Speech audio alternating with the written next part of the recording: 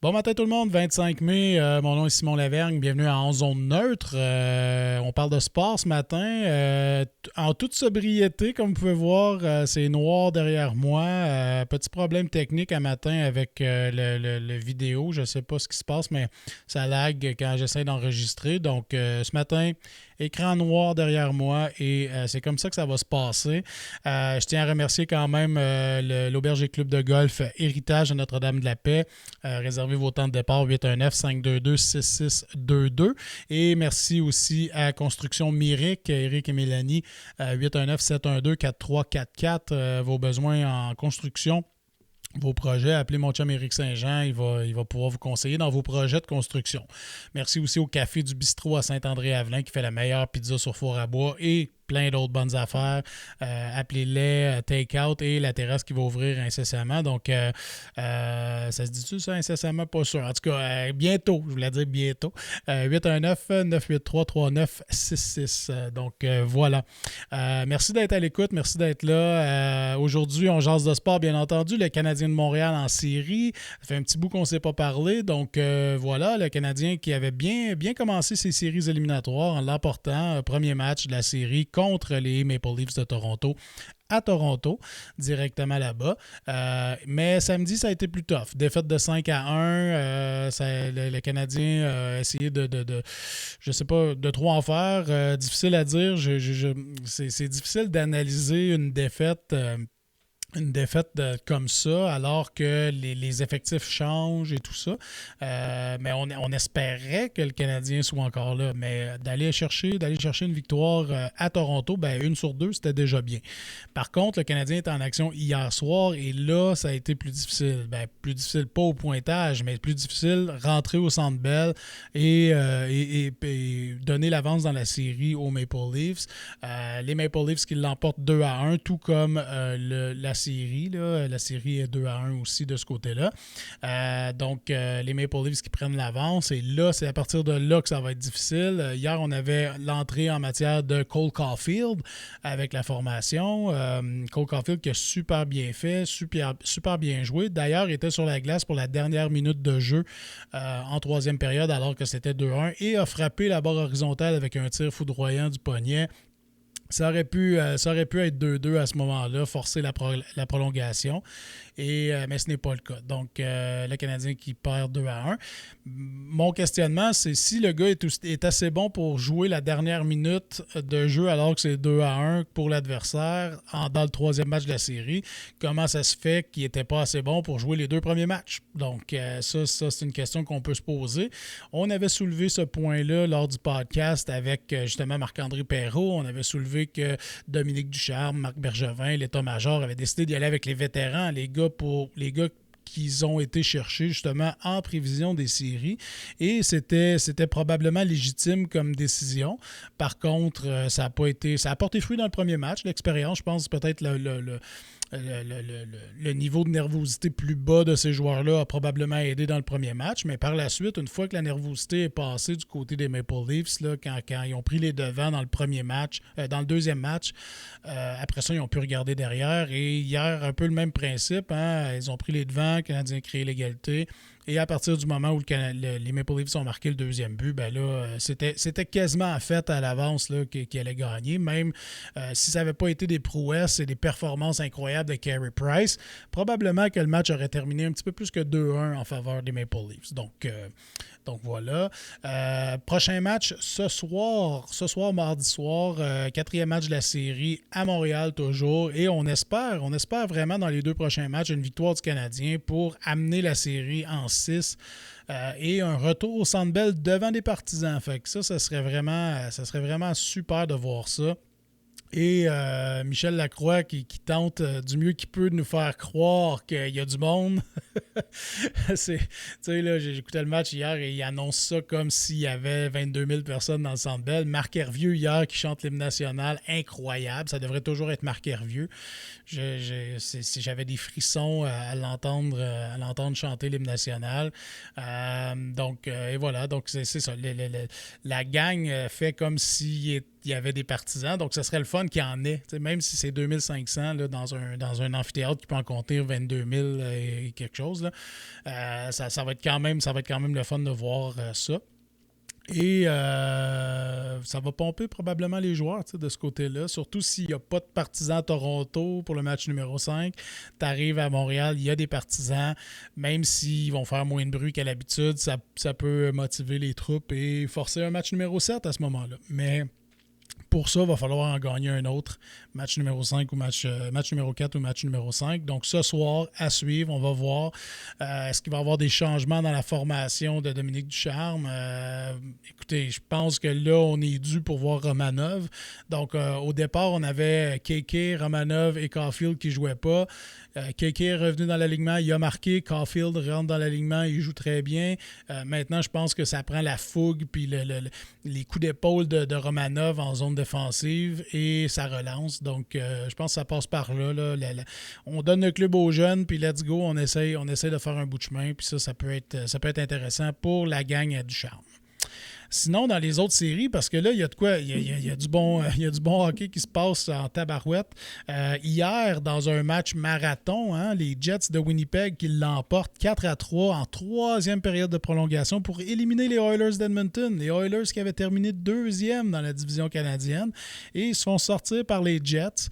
Dans ce match-là, le défenseur des Oilers, Darnell Nurse, a joué plus de 60 minutes. Donc, c'est incroyable.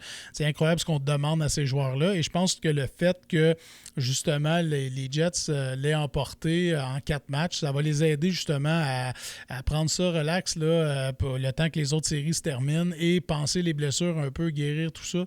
Parce que eux autres ont été en course pour les séries là, puis conserver leur position au classement dans le dernier droit de la saison. Rentre en play-off, ils affrontent les Oilers, deuxième position dans la division, tout ça, doivent jouer du gros hockey encore une fois, et les retours de Ehlers, tout ça ont été bénéfiques de leur côté, mais je pense que du temps, un petit peu plus de temps pour penser les blessures, ça va leur être bénéfique. Hier soir aussi, les Golden Knights de Vegas qui s'inclinent 4-2 contre le Wild du Minnesota pouvaient terminer la série là puis rejoindre l'Avalanche du Colorado en finale de division.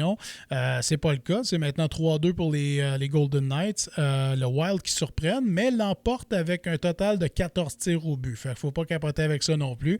Vegas a tiré 40 fois au net, puis s'incline 4-2, donc c'est ça. C'est comme quoi la qualité est meilleure que la quantité parfois, et ça en est un bon exemple.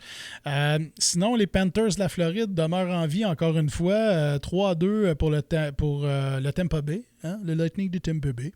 Le Lightning les Panthers qui l'emportent 4-1 dans ce match-là. La série est 3-2 présentement pour Tampa Bay. Est-ce que les Panthers peuvent changer ça de bord? Ça serait bon parce que les Panthers ont joué du maudit bon hockey. Ils mériteraient peut-être d'être par exemple, en avance 3-2 dans cette série-là plutôt que de tirer de l'arrière. Donc, à suivre. J'ai hâte de voir le prochain match. Ça va être vraiment bon. J'ai hâte de voir les Panthers, voir s'ils peuvent rester en vie puis forcer un match numéro 7. On a parlé du Canadien là, qui s'incline 2-1. Et dans un autre match qui était là en période de prolongation, là, du temps supplémentaire, en deuxième période de prolongation, les Highlanders qui l'emportent 3-2 contre les Pingouins prennent les devants 3-2 aussi dans la série.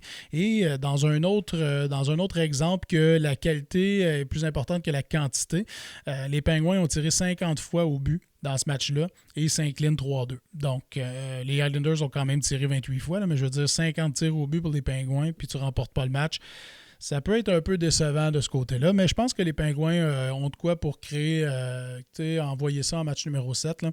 Je pense qu'ils ont une belle attaque, des belles séries jusqu'à maintenant, ou une belle saison aussi de retour. Les Pingouins, on les mettait de côté en disant là, Crosby, là, la magie, c'est terminé.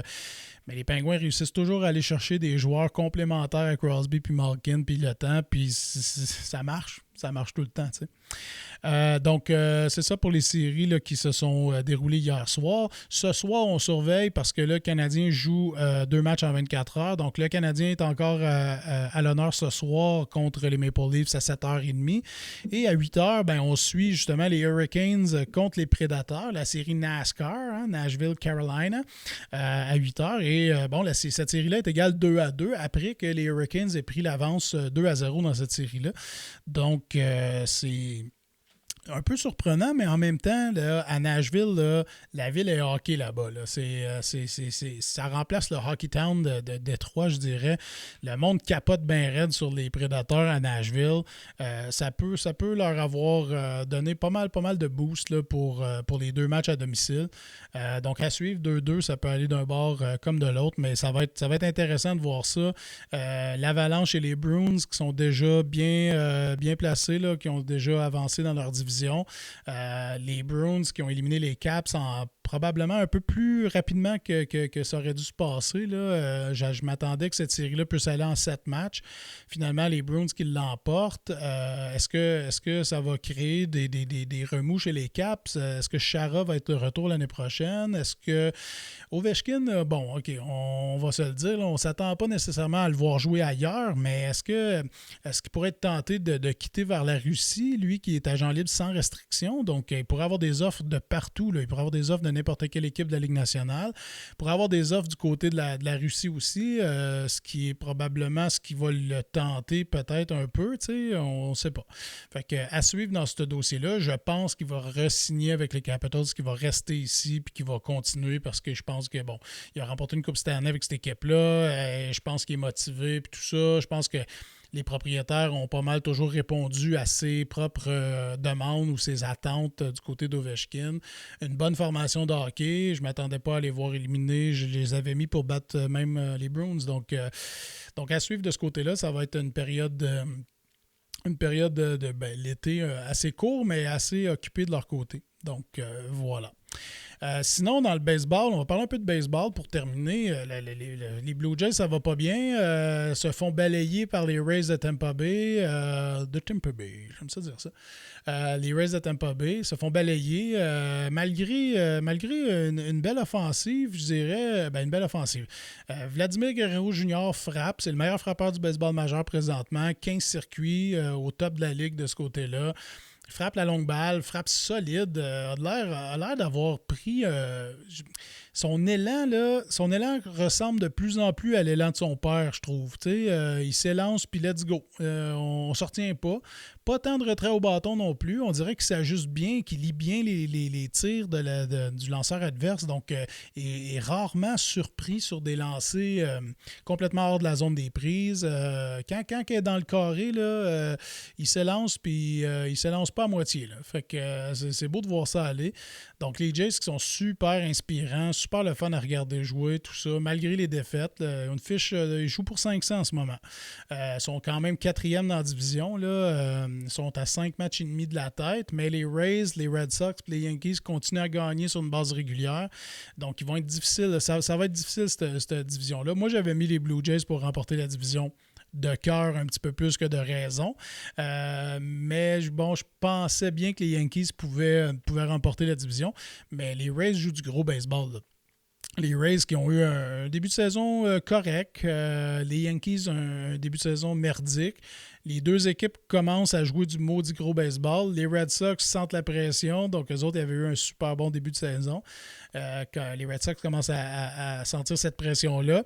Fait que la division est bonne. Si les Blue Jays peuvent en aligner quelques-unes, là, on va avoir toute une lutte au courant de l'été là, pour remporter cette division-là. Et je pense que c'est quasiment déjà écrit dans le ciel que pas le mail.